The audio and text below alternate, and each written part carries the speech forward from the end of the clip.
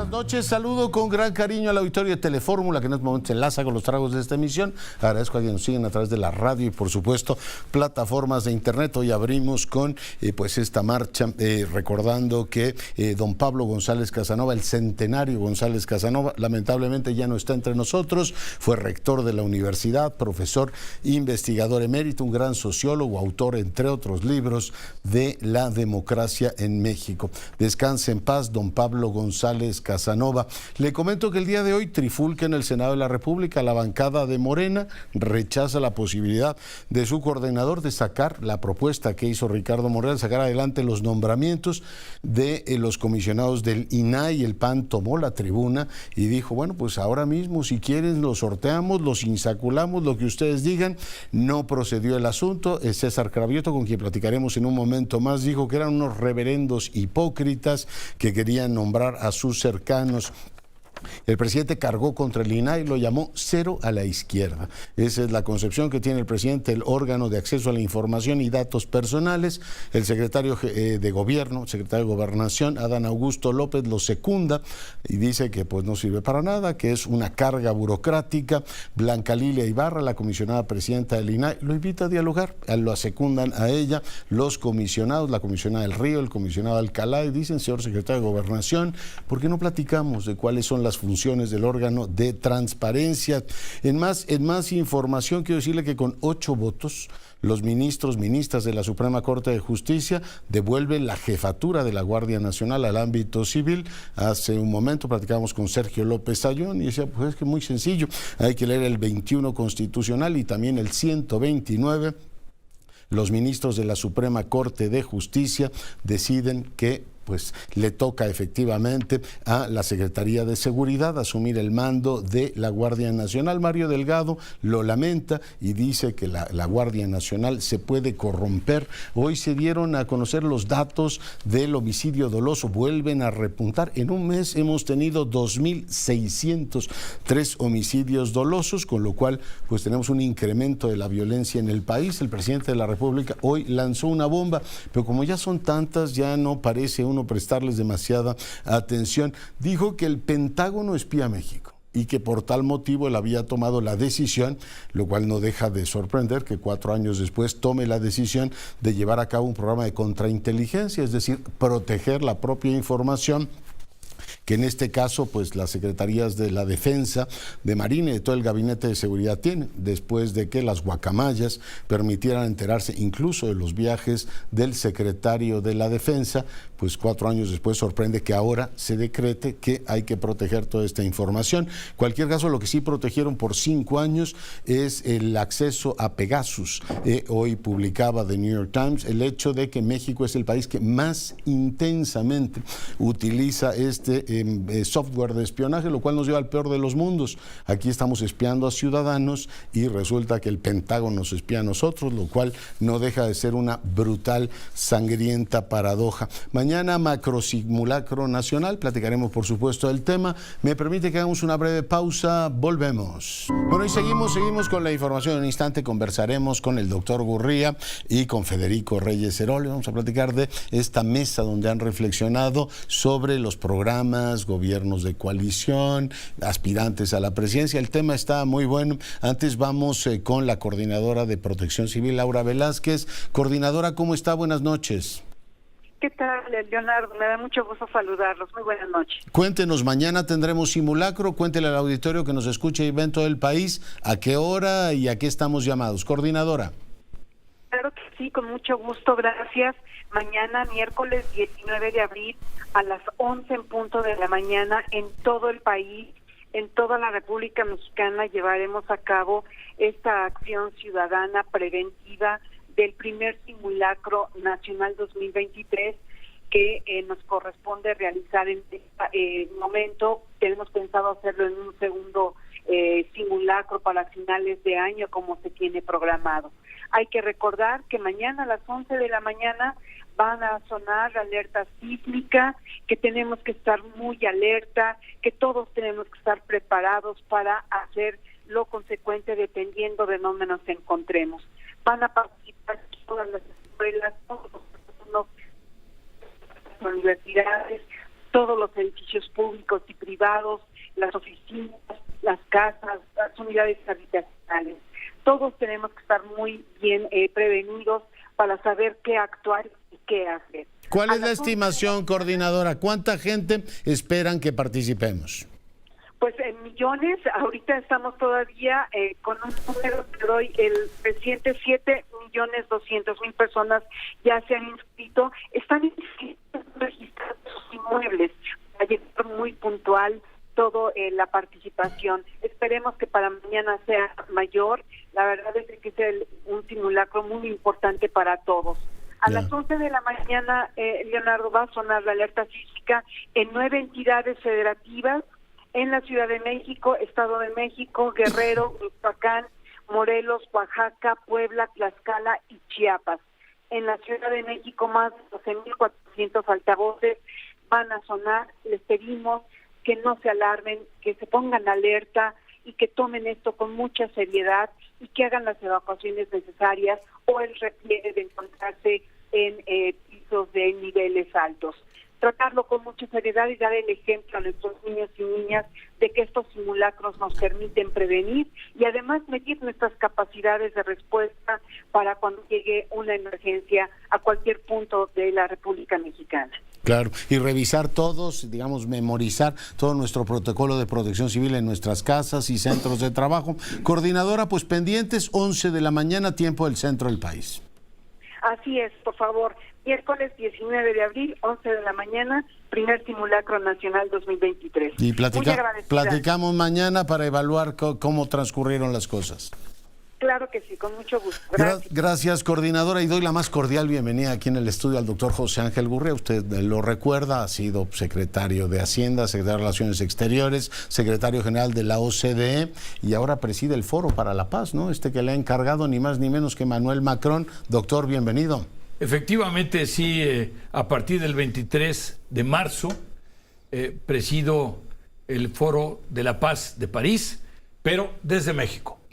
¿Y es decir, hay un secretariado permanente ahí en París que se encarga del día a día y pues yo tendré que ir algunas veces durante el año, sobre todo en noviembre, que es cuando es el gran evento anual, cuando se celebra el aniversario del final de la Primera Guerra Mundial. Hay un gran ejercicio donde se buscan soluciones de sociedad civil. Saludamos a Federico Reyes Heroles, que lo tenemos también en el enlace. Mi querido Federico, ¿cómo estás?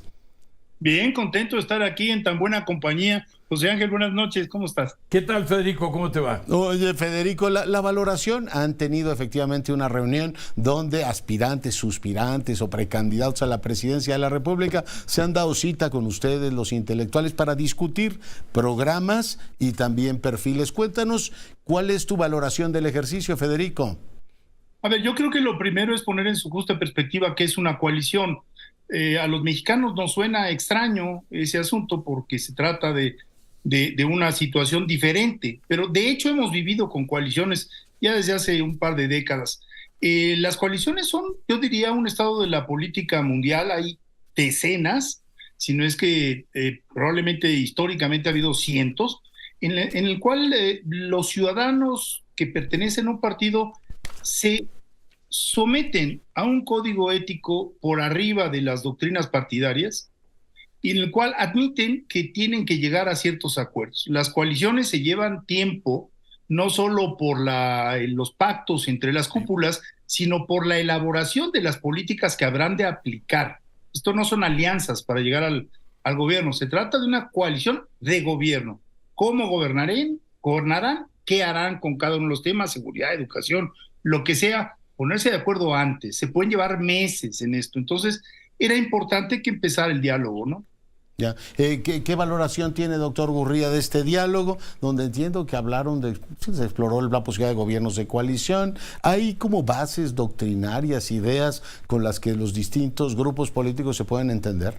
Bueno, entre otras cosas, tuvimos el privilegio de tener a Federico hoy en la clausura, ¿sí? Lo cual fue un gran placer, pero fue muy importante lo que pasó ayer y hoy. Es decir, fueron 2 días. No estamos hablando de excluir a los partidos. Estamos hablando de algo nuevo, que es la sociedad civil organizada junto a los partidos políticos frente a un proceso electoral que se avecina. Y por otro lado, por primera vez, como dijo Federico hace un momento, por primera vez una coalición de partidos, 3 por lo pronto, idealmente 4, porque el MC yo creo que debería sumarse, y que constituirían la oposición y que decidirían en un solo candidato para representarlos a todos, para después enfrentarse a quien quiera que proponga el gobierno, a la candidata o el candidato del gobierno. Así es que estamos hablando de un proceso inédito, estamos hablando de algo que no ha sucedido en el pasado en este sentido, en cuanto a que en la carrera presidencial, digamos. Y por otro lado, muy emocionante también en cuanto a que un gobierno de coalición es por definición más estable, un gobierno de coalición es menos arbitrario, no es de ocurrencias, un gobierno de coalición discute mucho más las cosas antes de tomar decisiones, y tiene más equilibrios, tiene más formas de equilibrios. Nunca en un gobierno de coalición se va a presentar una decisión arbitraria de una sola persona. Es intrínsecamente superior esa forma de gobierno, y al mismo tiempo yo inclusive he dicho que hay que promoverlo como parte de la oferta política que se haga. Decir, nosotros vamos en coalición, que es una forma eminentemente superior de gobernar. Yeah. Es muy interesante el tema porque, bueno, ha habido coaliciones en Alemania, en Chile, han tenido, Federico, tú conoces muy bien. Yo me pasé 15 años en la OCDE, en París, con gobiernos de coalición por todos lados. Pero, y en Chile han tenido largo periodo de estabilización, fueron estos gobiernos. Pero es más fácil, Federico, en modelos parlamentarios que en un modelo presidencialista como el mexicano. Entiendo que se ha legislado también sobre estos gobiernos de coalición, pero bueno, la oferta que se hace al electorado siempre es un hombre o una mujer, que sería el candidato. En este caso, ¿cómo te imaginas que sería, Federico? A mí me parece que José Ángel acaba de tocar 2 puntos que son centrales. El primero es que se trata de algo inédito, en tanto que se necesita de un apoyo ciudadano para que esta oferta sea ganadora. Y ese apoyo ciudadano tiene que, de alguna manera, conciliarse con las cúpulas partidarias. Esto no va en contra de las cúpulas partidarias. Se trata de ir buscando un acuerdo entre los distintos partidos, y coincido con José Ángel en que sería ideal que MC estuviera de este lado, porque ayudaría no solo en los números, aunque no es lineal, pero sí ayudaría. Sí, funcionan, tienen más tradición en los regímenes parlamentarios, eso está muy estudiado, pero el efecto al final es lo que acaba de decir José Ángel. Tiene que haber más negociación. Es una especie de nueva forma de contrapeso para que los gobernantes no se sientan solos con todo el poder en una concentración como la que estamos viendo, por ejemplo, en Israel, en donde, pues, a pesar de la oposición que hay evidente a Netanyahu por varias medidas, pues no necesita conciliar con nadie y entonces puede seguir cabalgando a su gusto. Eso para México, esa necesidad de negociación, creo que sería en sí misma muy enriquecedora. Sí, sí. Yo me pregunto en qué parte de la historia perdimos esta idea de que efectivamente gobiernos colegiados o más diálogo, gobiernos divididos en algunos casos, han dado el periodo más largo de estabilidad macroeconómica que ha tenido este país, y la concentración siempre tiene, como es el caso actual, José Ángel Gurría, un elemento preocupante: concentración del poder. Lo que pasa es que, en primer lugar, hay que actualizarse en términos de la forma de gobierno. A México ya le toca eso. Es decir, ya quizá estamos atrasados en cuanto a haber iniciado con este proceso. Pero además no tiene que ver necesariamente con régimen presidencial o régimen parlamentario. ¿Por qué? Porque estamos viendo que se están fragmentando las fuerzas políticas prácticamente de todas partes del mundo, inclusive en los Estados Unidos, en donde tradicionalmente hay los 2 partidos. hay una fragmentación de los demócratas, hay una fragmentación de los republicanos. Y por otro lado, estamos en México con una fragmentación que es parte del proceso de la actualización, digamos, de la vida política del país. Y hay una actualización de esa misma vida política en España y en Italia y en Alemania, etc. Entonces, lo que está pasando es que México está llegando a esa etapa. México está ya con los partidos políticos y con la sociedad civil, juntos, ¿no? Pues empezando una etapa de mejor gobierno, de un gobierno, como digo, donde se discuten más las cosas. Lo que decía Federico respecto de Israel, yo te diría, inclusive en Israel hubo necesidad, como es un gobierno de coalición, hubo necesidad de detener las cosas y de no seguir adelante con estas transformaciones. La reforma al Poder Judicial, ¿no? Así es, absolutamente. Así es que estos pesos y contrapesos funcionan mejor en un gobierno de coalición. Ya. Federico, es famoso aquel dilema de qué va primero, el hombre o el programa. Creo que en este caso vale la pena discutir el programa antes de ver el método de quién va a ser el candidato, bueno, el hombre o la mujer en este caso. Federico. A ver, yo te diría que los estudios de valores profundos lo que muestran es que al fin y al cabo lo que también ha cambiado, como lo dice José Ángel, es la forma en la cual el elector toma su decisión. A finales del siglo XIX, si tú eras liberal o conservador en Inglaterra, sabías el día de la elección que ibas a votar por tal o cual partido, porque estaba en la herencia familiar, porque venía de lejos y porque además no podían concebir que tú no fueras a votar por conservador si tu familia era conservadora o liberal en el caso. Pero el votante ha ido cambiando y esto tiene mucho que ver con las formas en las cuales, a través de las cuales nos informamos. El votante se ha ido volviendo más volátil, menos atado a las doctrinas de los partidos, y esto no está mal.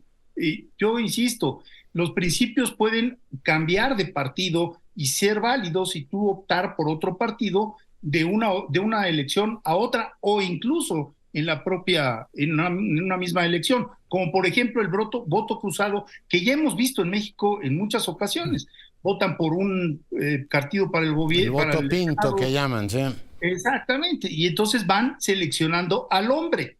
Entonces es una combinación de ambas situaciones. Ojo, entre los jóvenes esto se ha acentuado muchísimo. Cada vez se retrasa más el decir por quién vas a votar, porque quieren verlos en los debates, la forma de comunicación que nació en los años 60 con Nixon, etcétera, y los quieren ver también en las redes sociales y los quieren ver debatir, les quieren ver la cara, cosa que antes no era del todo fácil, y esto ha hecho que el votante retrase. Un mes antes tienes una definición, sigue caminando el proceso, claro. Y hay personas que deciden el día de la elección. Sí. Oye, pero les planteo a ambos, José Ángel Gurría, las sociedades tienen que percibir esto que algún politólogo llama los clivajes, ¿no? ¿Qué es lo que está en juego? ¿Por qué me piden estos caballeros que yo vote por una coalición en vez de votar por el partido hoy hegemónico? ¿Qué es lo que está en juego en las elecciones del 24 para este país, José Ángel Gurría?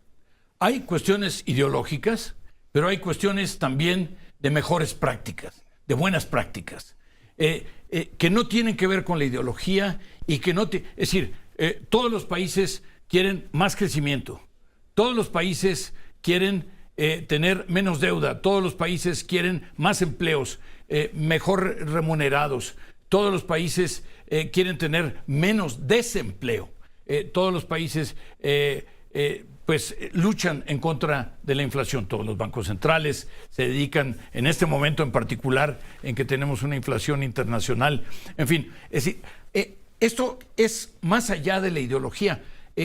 Tenemos una serie de objetivos que son de la sociedad en general y que no dependen ni de un país, ni tampoco dependen de una ideología.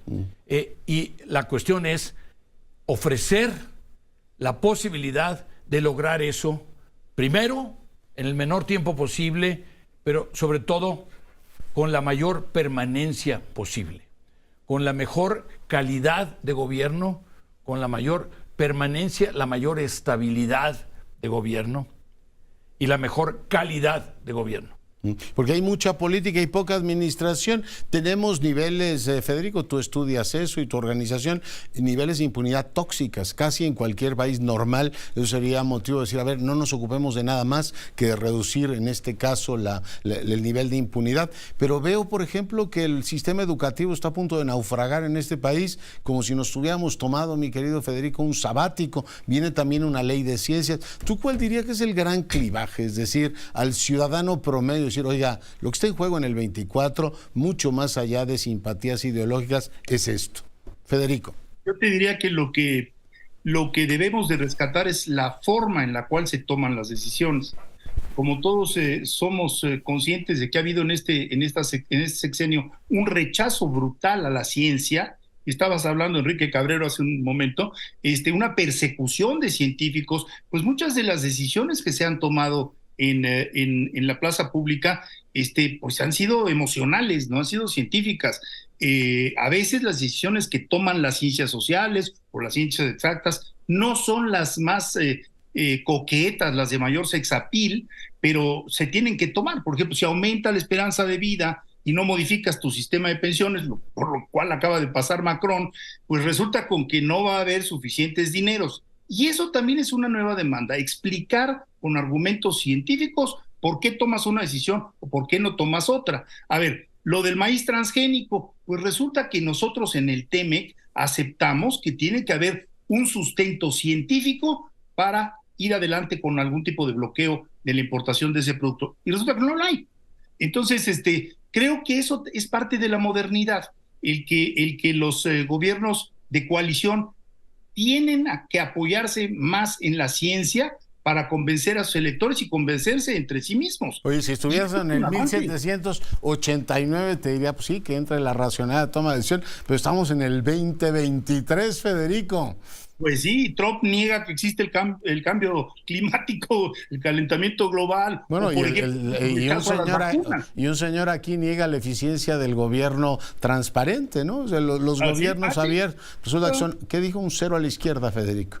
Cero a la izquierda. Eso hay que luchar contra eso. Y hay que denunciarlo. Pero desde la racionalidad o desde la política. Pero desde la racionalidad y desde la política. Y explicarle a la gente. La gente es mucho más inteligente de lo que uno piensa. Y además es mucho más inteligente de lo que parece pensar el actual gobierno. Es muy, muy, muy importante que se explique, como dice Federico, la racionalidad debe imperar. Finalmente, y por eso es que yo propongo que tengamos un gobierno de coalición y digo que es mejor, intrínsecamente mejor. ¿Por qué? Porque se apela en mayor medida a la racionalidad y también a estos equilibrios. Finalmente, de lo que se trata en la sociedad es de encontrar los equilibrios para que todo el mundo quede, digamos, razonablemente insatisfecho, pero podamos vivir con las soluciones. ¿Qué método, José Ángel Gurría, le gustaría? ¿Cuál elegiría para la candidatura a la presidencia siendo parte interesada? Lo más abierto posible, es decir, dentro de las posibilidades que ahora existen. Hay relativamente poco tiempo y hay además pues restricciones de presupuesto y restricciones también institucionales. Por otro lado, hay en nuestro marco jurídico... ¿Pensar en unas primarias, por ejemplo? Como lo hacen en varias repúblicas sudamericanas. Por y ejemplo, en Estados Unidos. Pensar en primarias, pero estuvimos con Federico precisamente hace pocos días discutiendo las propuestas, 3 diferentes propuestas. Y por cierto, coincidían en lo sustantivo. Sí.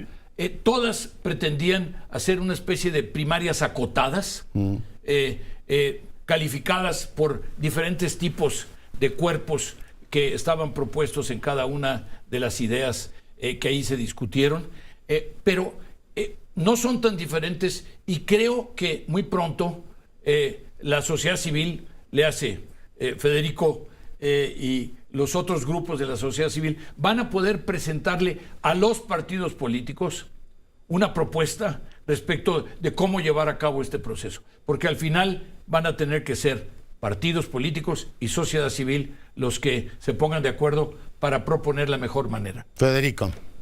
A ver, bueno, lo que acaba de mencionar José Ángel es realmente una primicia, en el sentido de que sí, hemos venido durante ya varios meses estudiando una fórmula que no sea un retrato. Todo el mundo dice una encuesta es un retrato en un instante, sí, pero la demoscopía ha seguido evolucionando y hay estas encuestas de seguimiento en donde tú puedes, o tracking polls, en donde tú puedes ver el crecimiento de un candidato o no, o por el contrario, el derrumbe de un candidato en los debates, pero que no necesariamente son de confrontación destructiva, sino de quién tiene la mejor propuesta, y estas se pueden hacer llegar a través de los medios de comunicación y de las redes sociales a los ciudadanos, y los ciudadanos pueden ir participando con una evaluación muy puntual, muy registrada, muy controlada, sobre qué opinan de un debate entre Xóchitl Gálvez y yo qué sé, que va a ser el candidato de la coalición o del partido en el gobierno en la Ciudad de México, por ejemplo. Eso lo puedes ir dando. Clara Brugada, por ejemplo. Y es correcto. Hay muchos talentos, me decía precisamente Xóchitl, hay muchos talentos perdidos que desde la capital no vemos. Entonces, ¿quién puede brillar en el estado de Tlaxcala? Pues no lo sé, pero a través de este tipo de métodos puedes de pronto presentarle a los partidos políticos, que serán los que tomen la decisión final, eso lo tenemos clarísimo, una lista de ciudadanos, porque hay los candidatos que sin ser partidarios, el gobernador de Querétaro no pertenece al PAN y está haciendo un espléndido papel. Entonces, bueno, decir, aquí hay todos estos ciudadanos que están bien evaluados y que pueden ser aspirantes lógicos a tal o cual posición.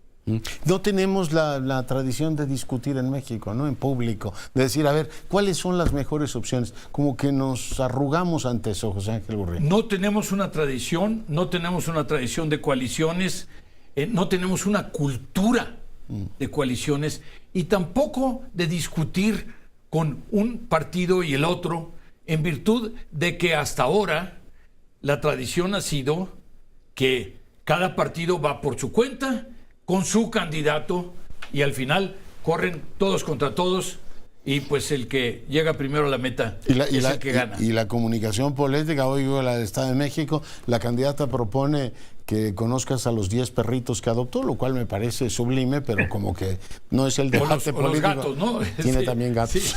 Sí, también tiene muchos gatos. Que también cuenta. Lo cual está muy bien que sea amante de los animales. Sin embargo, se reduce al debate del spot. Sí, uno lo que quiere es la sustancia en términos de qué tipo de gobernador o de gobernadora sería. Y aquí hay que recordar que son 2 concursos por gubernaturas en el año 23, pero después vienen 9 en el año 24, y viene la renovación de todo el Congreso, y viene, por supuesto, el gobierno de la Ciudad de México y la presidencial.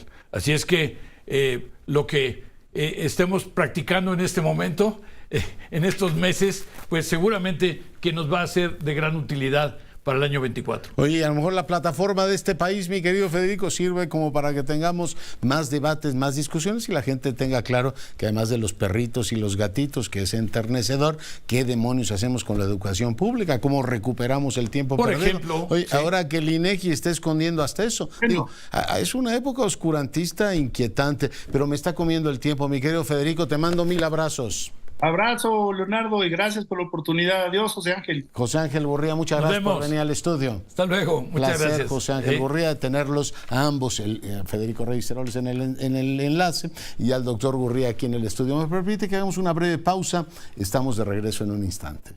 Bueno, y seguimos con la información. Hoy dio a conocer el INEGI el indicador oportuno de actividad económica en marzo del 2023, y a tasa anual ese indicador anticipa un incremento de la economía de 3.8 del IGAE, que como sabe, bueno, pues lo anticipa la variación anual esperada en las actividades secundarias, es un incremento del 3%, en las terciarias de 4.2% para marzo del 2023. Bueno, pues me enlazo ahora con la doctora Asa Cristina Laurel. Ella es una académica muy prestigiada, que conoce muy bien, ha sido también funcionaria pública, directora de Planeación Estratégica Institucional del IMSS. El día de hoy, pues la saludo, doctora, ¿cómo estás? Buenas noches, estoy muy bien, ¿y usted? Bien, muy contento de recibirla. Oiga, el tema del fentanilo, leía el texto que publicó hoy en La Jornada o ayer y me encantaría que comentara con el auditorio su opinión sobre el mismo. ¿Cómo enfrentar esto que se ha convertido en un problema de salud pública, pero también al mismo tiempo tema de seguridad ciudadana y ahora hasta de política internacional, doctora? Sí, mire, lo que pasa es que yo creo que hay que tener una visión muy global respecto a lo que es el fentanilo, porque lo que yo creo es que es una cuestión de demanda y no de oferta, porque como se ha planteado por los republicanos, es que hay que intervenir México para poder combatir a lo que son los cárteles mexicanos, llamándoles terroristas, lo que les permitiría intervenir en México, y creo que esa es una visión muy limitada y yo sería muy interesada incluso de lo que es su punto de vista, ¿no? Porque lo que yo estoy haciendo en mi artículo es hacer una proposición de tomar en cuenta lo que ha sido la historia del tema del fentanilo, donde ha sido como una combinación de lo que fue un gran negocio farmacéutico por parte de Purdue Pharma en los Estados Unidos, porque ellos promovieron una venta de fentanilo o un opioide muy semejante a Oxycontin, lo que... ¿Y que es altísimamente adictivo, doctora? Así es, muy adictiva. Todos los analgésicos opioides son muy adictivos. Entonces, lo que se generó en los Estados Unidos con eso fue un grupo muy adicto a este tipo de opioides, y eso posteriormente incluso se convirtió en un gran problema tanto para los usuarios de ese medicamento como por parte de los condados de los estados en los Estados Unidos. ¿Por qué? ¿Perdón? No, le quería preguntar por qué se muere tanta gente, que digamos, la adicción te lleva a que vorazmente quieras seguir consumiendo la droga, o es tan extraordinariamente potente que es muy fácil perder las proporciones, doctora. Pero a lo mejor es una combinación de ambas cosas, pero yo les diría que el tema de las adicciones en los Estados Unidos explica en gran medida lo que es el incremento de la mortalidad entre hombres blancos de 45 a 54 años en los Estados Unidos, una tendencia que no se vio en el resto de los países, vamos a llamarlo así, desarrollados. Entonces, la razón de ese incremento con 0.5% anual en los Estados Unidos fue por adicciones y por suicidio. Entonces, en este sentido, hay una combinación de una crisis social muy importante en los Estados Unidos, y simultáneamente eso se expresa entonces que hay diferencias del resto de los países, por ejemplo, europeos. Las adicciones y el suicidio tuvo un incremento muy importante en ese grupo de edad. Y luego yo ahí... ¿Verdad? Y en muchas ciudades ve precisamente esos varones blancos, cuarentones, deteriorados físicamente de una manera brutal, ¿no? En las calles, una situación francamente lamentable, doctora. Así es. Entonces, ahora lo que se está planteando como discusión alrededor del fentanilo creo que es importante decir que tiene como dos tipos de fentanilo. Uno que se utiliza en las cirugías y que no circula, digamos, ¿Está muy bien regulado ese? Sí, está muy bien regulado. O sea, esta idea del presidente de prohibir ese también no necesariamente es procedente. No necesariamente es procedente. Lo que sí es procedente es prohibir el fentanilo en tabletas, para así decirlo, que sí se está utilizando mucho y que se convierte muy rápidamente en una adicción. Ya. Oiga, ¿y cómo lo consumen fundamentalmente? ¿Son tabletas o se inyecta, se fuma? ¿Cómo se consume el fentanilo? En tabletas. Tabletas. Sí. Ya. Entonces, eso también hace que, digamos, por ejemplo, nosotros por parte del INSS hemos estado viendo mucho que está pasando con ciertos tipos de medicamentos, y lo que estamos descubriendo es que el fentanilo que se utiliza para las anestesias, ahí prácticamente no hay problema de abasto. Y eso, vamos a decir que eso fue muy importante, entre otras cosas, durante la epidemia de COVID. Es un medicamento muy útil, ¿no? Para reducir el dolor. Digo, para paliar, para ayudar a situaciones extremas, ¿no? Sí, y sobre todo en situaciones, como usted dice, extremas, cuando está intubado un paciente, no disponer de fentanilo en estas situaciones realmente se convierte para el paciente en una situación de un sufrimiento muy grande, ¿no? Muy bien. Pues doctora Cristina Laurel, muy agradecido por el enlace. Gracias a usted. Gracias. Bueno, ahí la tiene, una académica muy distinguida, fue secretaria de Salud de esta capital, ha ocupado, también fue subsecretaria al inicio de este gobierno en materia de salud, académica de la UAM, hoy pues comentando con usted este tema del fentanilo, sobre el cual pues todos tenemos que conocer un poquito más. Sara Pablo, te saludo. ¿Cómo estás, Leonardo? Buenas noches. Tras acusar que desde el Pentágono, sede del Departamento de Defensa de Estados Unidos y de agencias de inteligencia como la DEA espían a su gobierno, el presidente Andrés Manuel López Obrador anunció que se protegerá la información de las Fuerzas Armadas haciendo uso del argumento de reservar información por motivos de seguridad nacional. El Ejecutivo acusó que estas dependencias filtran reportes a la prensa con el propósito de intentar debilitar políticamente a su gobierno.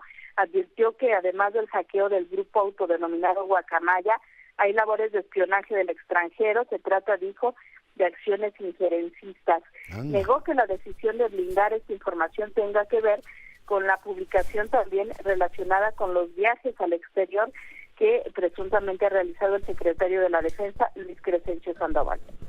Y vamos a cuidar ya la información de la Secretaría de Marina y la Secretaría de la Defensa, porque estamos siendo objeto de espionaje del Pentágono y muchos medios de información en México están filtrando información que les entrega la DEA. Entonces lo hacemos por seguridad, porque estamos sintiendo que están queriendo violar nuestra soberanía, que es un plan injerencista, utilizando como instrumento a la prensa vendida o alquilada de nuestro país y a los grupos de intereses creados, al bloque conservador, a los corruptos que quieren regresar por sus fueros para seguir robando. Entonces, no vamos a quedarnos con los brazos cruzados.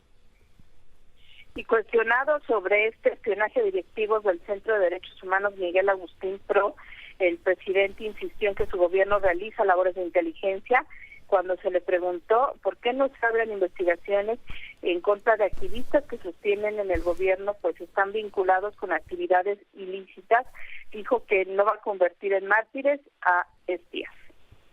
Y tenemos nuestra conciencia tranquila como para decir que no se van a violar derechos humanos, ni se va a espiar a nadie, nunca lo hemos hecho, vinculados algunos con actividades ilícitas, porque no vamos nosotros a convertir en mártir a espías o a empleados de agencias extranjeras.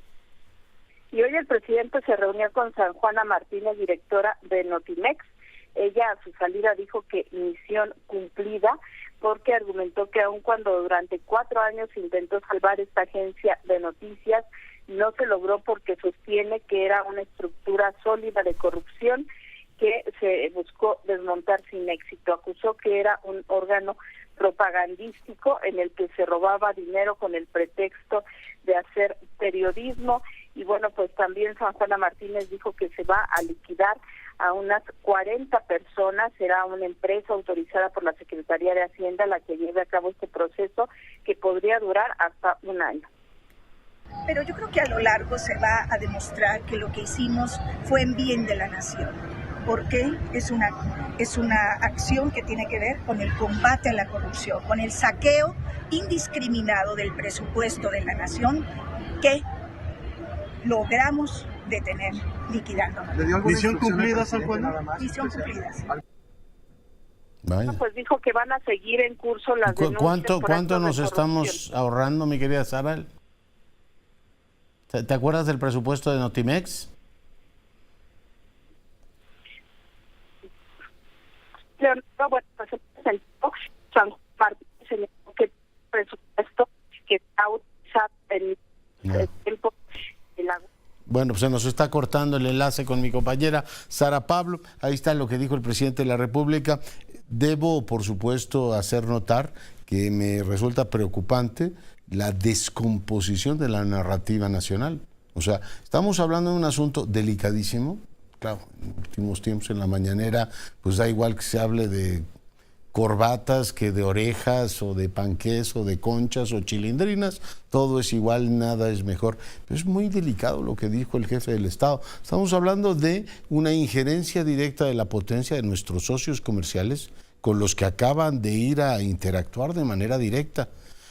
Ahí está la imagen de todo el gabinete interactuando con la señora Sherwood, con el fiscal de los Estados Unidos, y ahora se dice nos están espiando. Y nos están espiando en contubernio con fuerzas nacionales. Por supuesto, el presidente mete a la oposición, a los medios, a la prensa alquilada, a medio mundo, una especie de conjura para, en este caso, pues no sé si beneficiar a grupos criminales o lastimar a su gobierno. Pero fíjese la descomposición de la narrativa nacional. Y bueno, pues se ve así como, bueno, el presidente está echando relajo, tampoco es tan delicado el asunto. No, sáquelo del contexto de la mañanera y la chacota y todo es diversión y todo lo que usted quiera, de folclor y elemento más o menos estridente. Y la verdad es que es delicadísimo lo que estamos oyendo. Dice, ahora sí voy a blindar, es decir, voy a emplear una estrategia de contrainteligencia para proteger aquello que es información relevante, porque me la están viendo la DEA o el Pentágono. Yo no sé si el Pentágono tenga ancho de banda para estar viendo lo que ocurre en México, o es nada más la DEA, yo no sé si la CIA, pero estamos hablando de cosas muy delicadas, no estamos hablando de una cuestión menor, y a lo mejor mañana nos dice, bueno, no se lo tome por la tremenda, pues ya ve que este país puede hablar de todos estos temas, de la vida y la muerte, sin que parezca demasiado importante, pero yo sí, lo que acabo de oír, le doy la máxima importancia, y sí me habla de una enorme descomposición, sobre todo cuando ha tenido el ejército mexicano, la exhibición que tuvo con guacamayas, la crisis de confianza que se puede generar ahora, el presidente diciendo, oiga, pues yo me estoy enterando aquí de un montón de cosas por guacamayas que a lo mejor no me habían dicho, y que tus socios comerciales, cuando tú eres el comandante, no solamente formalmente, sino operativamente, todos los días el presidente despacha con ellos de cómo es posible que me estén espiando aquí y yo no me entere, ¿no? O que no tenga órganos lo suficientemente afilados y precisos para proteger la información que estoy teniendo. Insisto, sí me parece muy delicado, el presidente reparte fuego, leña y metralla donde puede, pero bueno, pues la prensa lo que hace es reproducir la información. No creo que le haya gustado lo que se publicó este fin de semana de la tensión que hay entre Marina y Defensa. Bueno, pues las diferencias están ahí. Hace unos días le platicaba la de Adán Augusto con Marcelo Ebrard, pues están también ahí, y los pleitos al interior de su gabinete de cara a la sucesión se dan, pero esto pues es algo que ven los extranjeros y los nacionales. No tiene nada de particular. Recupero la conexión con mi compañera Sara Pablo. Sara, adelante. Sí, Leonardo, y bueno, con respecto al presupuesto, la directora de Notimex dijo que se ha ejercido este presupuesto autorizado por la Secretaría de Hacienda de manera legal. Recordemos que, bueno, pues para este 2023 el presupuesto proyectado es de cerca de 200 millones de pesos y, bueno, pues ella dice que este presupuesto fue para pagar a 70 personas que se quedaron justamente en la agencia defendiendo el patrimonio público y bueno, pues son 70 personas contra 40 que serán liquidadas porque aclaró que solamente son las primeras 40 que aparecen en el emplazamiento a huelga, aunque dijo que después el sindicato añadió otras 40 personas. Misión cumplida, dijo entonces. Sara, muchas gracias. Hasta luego, buenas noches. Y se imagina usted al capitán del Titanic diciendo, ya se está hundiendo, misión cumplida, que es lo que finalmente está haciendo. La agencia que le encargaron la van a extinguir y a eso le llaman cumplir una misión, en vez de decir el Estado mexicano posee un instrumento de generación de información que no solamente da certeza a los nacionales, sino que proyecta información al mundo, digamos, con el ángulo de lectura, con la sensibilidad particularmente mexicana. Vivimos pues de generar mucha información en el ámbito, digamos, privado, pero no necesariamente ocurre efectivamente en el ámbito público. Nos vamos, cuídese y sea rabiosamente feliz, se lo merece.